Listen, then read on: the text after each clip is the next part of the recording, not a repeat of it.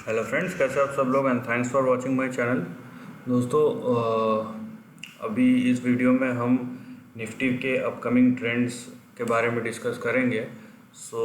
जैसा कि last week आपने देखा कि सडनली जो ट्रेंड है वो किस तरीके से चेंज हुआ, और जैसा कि मैं बोल रहा हूँ कुछ दिनों से, अगर आपने मेरे प्रीवियस वीडियोस फॉलो किए होंगे कि ये जैसा दिख रहा है वैसा है नहीं, कि वोलेटिलिटी ज़्यादा होने की वजह से हमको एक दिन अप एक दिन डाउन दिख रहा है।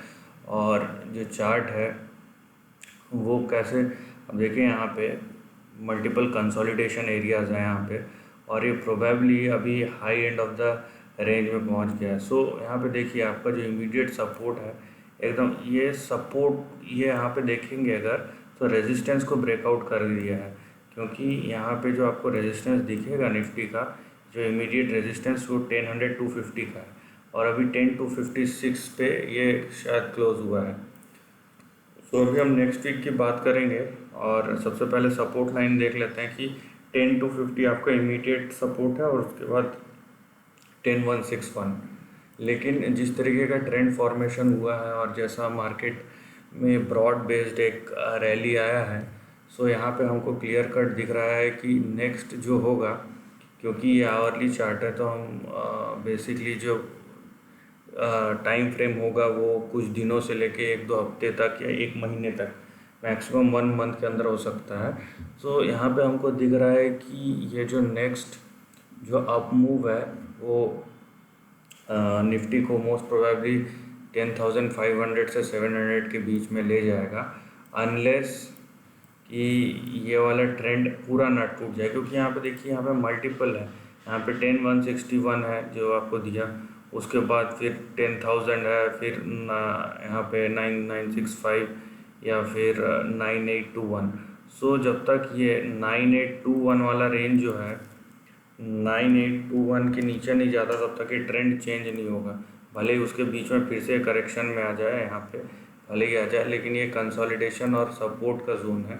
ये जब तक ये टूटेगा नहीं, और अगर 9,800 के नीचे आता है, तभी हम बोलेंगे ये ट्रेंड ख़राब हो गया। लेकिन यहाँ पे हमने देखा है कि इससे पहले भी आप देखेंगे, ये आप रेंज देखिए कि किस तरीके से यहाँ पे बहुत बार करेक्शन हुआ, उसके बाद ऊपर तक गया, फिर नीचे आया, फिर ऊपर गया। उस सेंस में आप देखिए यहाँ पे भी सेम काइंड ऑफ पैटर्न देखने मिलेगा, और ये भी probably higher end of the range है। यहाँ पे जो सपोर्ट जोन है उसके रेजिस्टेंस के पास ही है, क्योंकि आपका जो रेजिस्टेंस है 10,250 का है, या अभी क्योंकि ये 10,250 क्रॉस कर दिया, तो 10,250 सपोर्ट कैसा काम करेगा।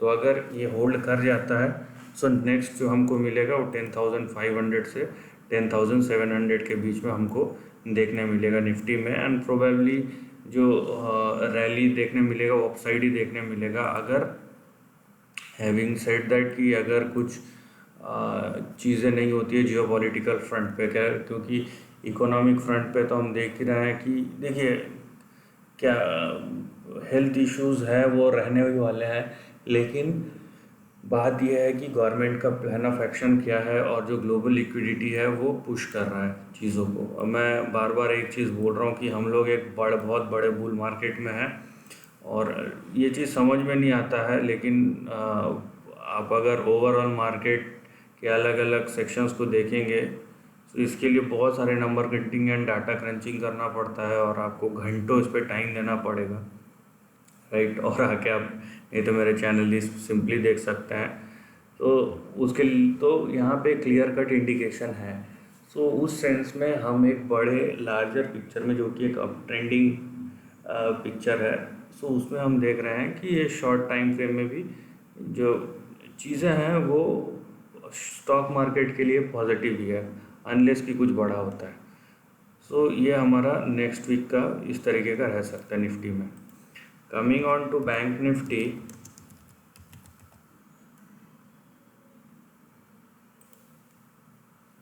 देखिए अब बैंक निफ्टी का चार्ट देखिए, यहाँ पे सिंपली ये कंसोलिडेटिंग रेंज में ही है, और यहाँ पे एग्जैक्टली अब देखिए यहाँ पे कि किस तरीके से ये 21,438 जो है, ये इसके लिए अभी भी रेजिस्टेंस की तरह काम कर रहा है, क्योंकि यहाँ तक आके थोड़ा सा ही गिरा है, लेकिन वहाँ से करेक्ट हुआ है।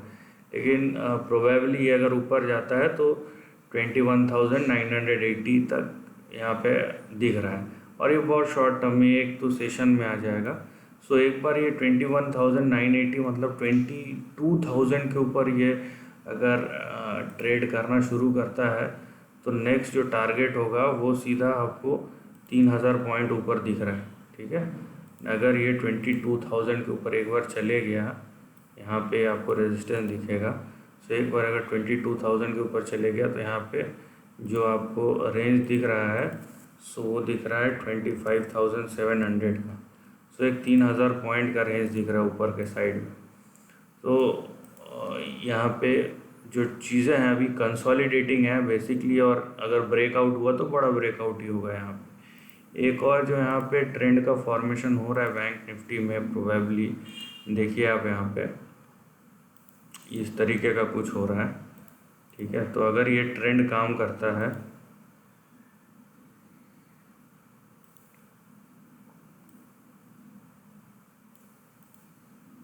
तो यहाँ पे देखिए आप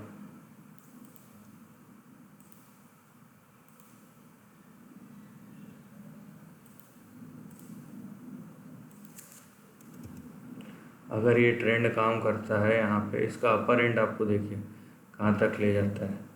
अभी ये डिपेंड करता है कि यहाँ पे भी अपर एंड भी आपको 24,000 से लेके 25,000 यहाँ पे 715 इतना बड़ा रेंज है यहाँ पे। तो अभी देखते हैं कि कहाँ पे जाता है, लेकिन हाँ उसके लिए ये आपका जो 21,980 का रेजिस्टेंस है और 22,000 के ऊपर सस्टेन करना पड़ेगा।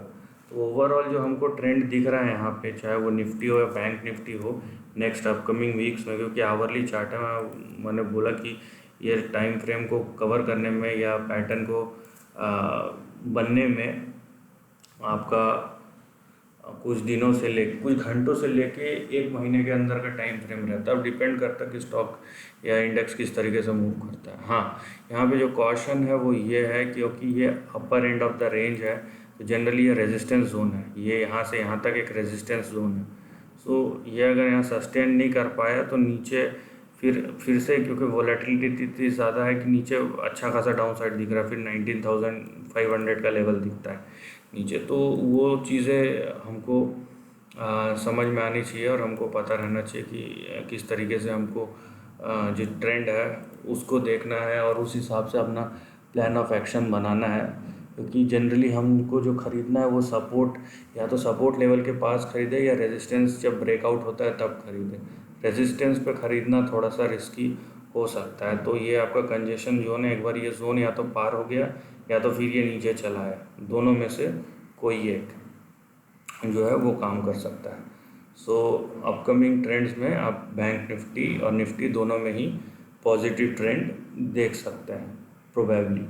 So this is the end of the video पसंद आए तो लाइक और शेयर कीजिए, थॉट्स कमेंट सेक्शन में लिख के बताइए, और ऐसे ही नए कंटेंट के लिए चैनल को प्लीज़ सब्सक्राइब कीजिए। Lastly, take care of your family and friends.